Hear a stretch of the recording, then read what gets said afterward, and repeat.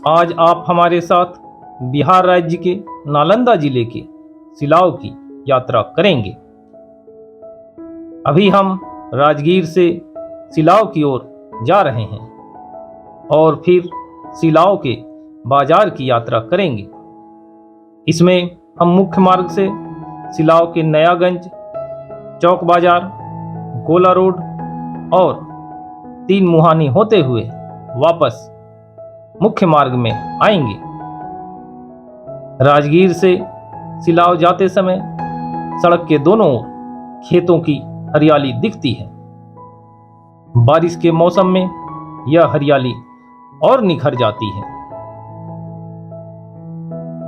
इस मार्ग पर सड़क के किनारे खजूर के पेड़ भी दिखाई पड़ते हैं।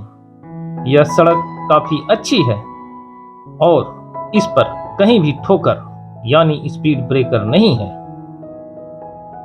आप इस सड़क पर प्राकृतिक सौंदर्य का आनंद लेते हुए गुजर सकते हैं। पूरे विश्व में सिलाव मुख्य रूप से खाजा नगरी के नाम से प्रसिद्ध है। खाजा एक प्रकार की मिठाई है। महाअस्थविर शीलभद्र एक बौद्ध भिक्षु और दार्शनिक थे। ये बाद में तत्कालीन नालंदा विश्वविद्यालय के प्राचार्य बने। इनका जन्म 529 ईस्वी में हुआ था और मृत्यु 645 ईस्वी में हुई थी। कहा जाता है कि प्राचार्य शीलभद्र ने सिलाव को खाजा नगर के रूप में विकसित किया था। इससे पता चलता है कि सिलाव में 1400 वर्ष पूर्व भी खाजा बनाया जाता था और यह इतिहास में दर्ज एक मिठाई है।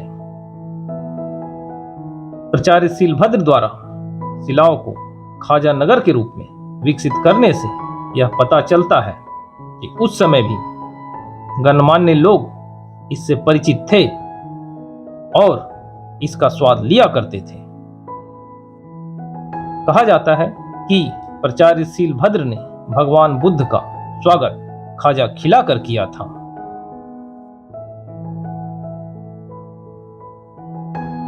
यहाँ खाजा बनाने वाली कई दुकानें हैं, जिनमें से कुछ दुकानें आजादी के पूर्व से स्थापित हैं। यहाँ बनने वाले खाजा को जियोग्राफिकल इंडिकेशन टैग प्राप्त है, जिसे संक्षेप में जीआई टैग कहा जाता है। जीआई टैग किसी वस्तु विशेष का किसी विशेष भौगोलिक क्षेत्र का होने का प्रमाण है। इससे पता चलता है कि वह वस्तु किसी विशेष भौगोलिक क्षेत्र में उत्पादित या निर्मित हुआ है। देश के अन्य हिस्सों में यहाँ बनने वाले खाजा की नकल करने की कोशिश की जाती है, किंतु वहाँ कुशल कारीगरों का अभाव और पानी के भिन्न स्वाद की वजह से सिलाव के जैसा खाजा नहीं बन पाता है। कई जगह खाजा को चीनी की चाशनी में डुबाकर बनाया जाता है, जिससे यह काफी भारी हो जाता है और खाने में भी हमें ऐसा महसूस होता है कि हम चीनी काटकर खा रहे हैं।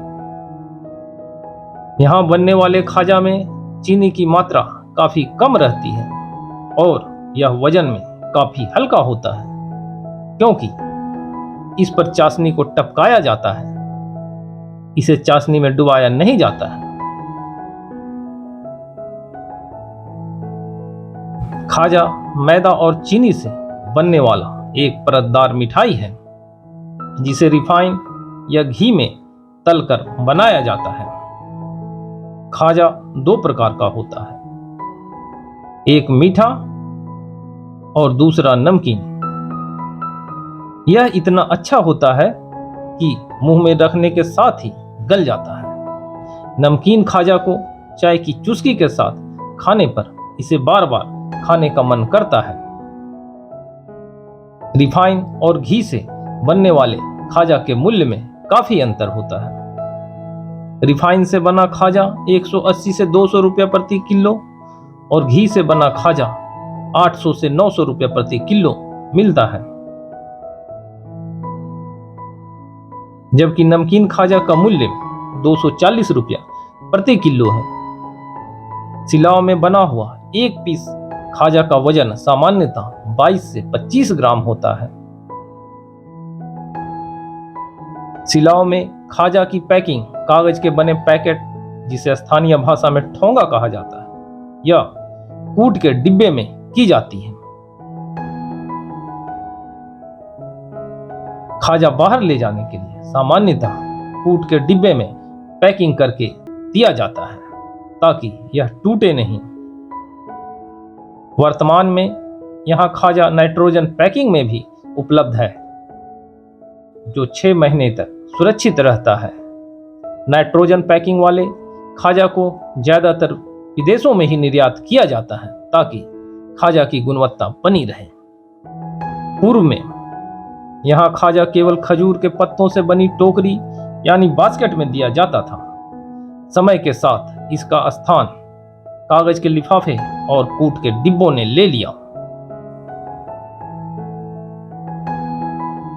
बिहार और झारखंड के कई जिलों में अगर मायके पक्ष वाले बेटी को विदा कराने के लिए बेटी के ससुराल जाते हैं, या ससुराल पक्ष वाले बहू को विदा कराने के लिए बहू के मायके जाते हैं, तो संदेश के रूप में अन्य मिठाइयों के अलावा खाजा ले जाना अनिवार्य होता है। खाजा के बिना सौगात को अधूरा समझा जाता है।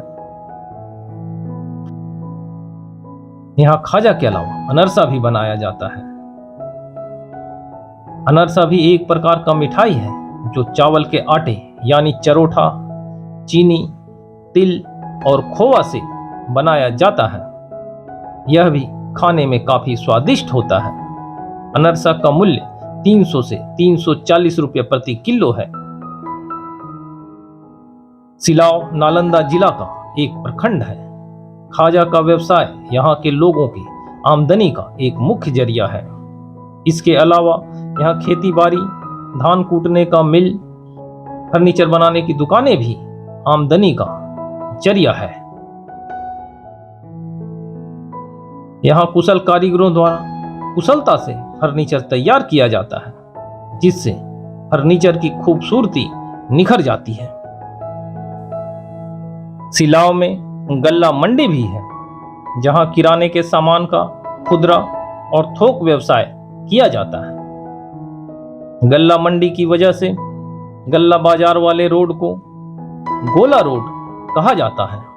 सिलाव में खाजा के अलावा इलेक्ट्रॉनिक सामानों की दुकानें, सोना चांदी की दुकानें, जूते चप्पल की दुकानें, कपड़े की खुदरा और थोक दुकानें, दुपहिया वाहनों के शोरूम, लोहे के अलमारी बनाने और बेचने की दुकानें, डेकोरेटर्स, पुआल से कुट्टी बनाने की मिल, आटा चक्की, तेल निकालने के मिल, साइकिल बनाने और बेचने की दुकानें इत्यादि हैं। साथ ही सिलाव में दर्जी की कई दुकानें भी हैं, जो अन्य जगहों की अपेक्षा कम कीमत में अच्छे ढंग से कपड़ों की सिलाई करते हैं। सिलाव के बाजार में सब्जी एकदम ताजी मिलती है, क्योंकि यहाँ के बाजार में स्थानीय किसानों द्वारा खेत से लाकर सब्जियों को सीधे ग्राहकों को बेचा जाता है। यहाँ परंपरागत सब्जियों के अलावा ब्रोकली, शिमला मिर्च और मशरूम की भी खेती की जाती है। यहाँ की मिट्टी काफी उपजाऊ है।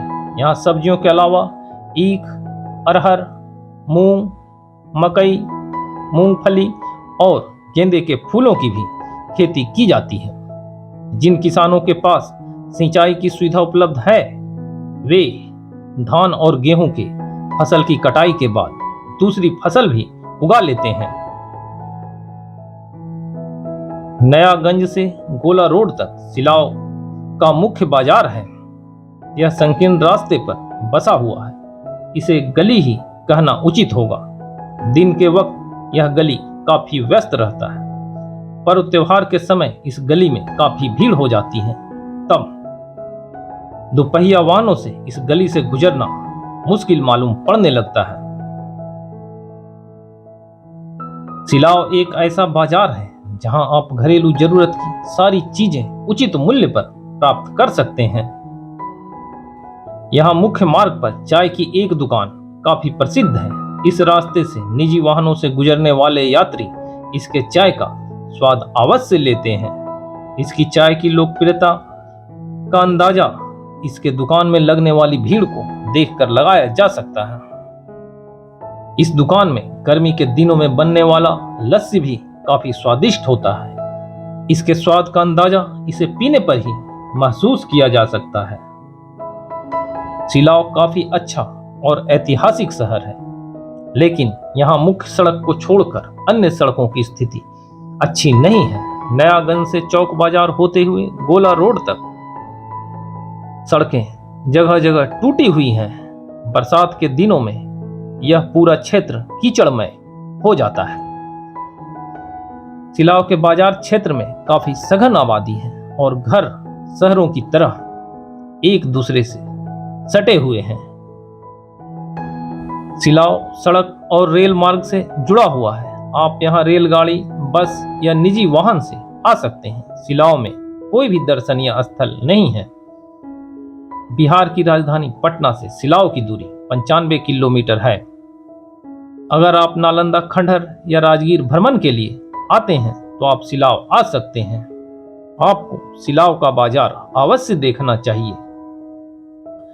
नालंदा, खंडहर और राजगीर से सिलाव की दूरी लगभग 6 किलोमीटर है।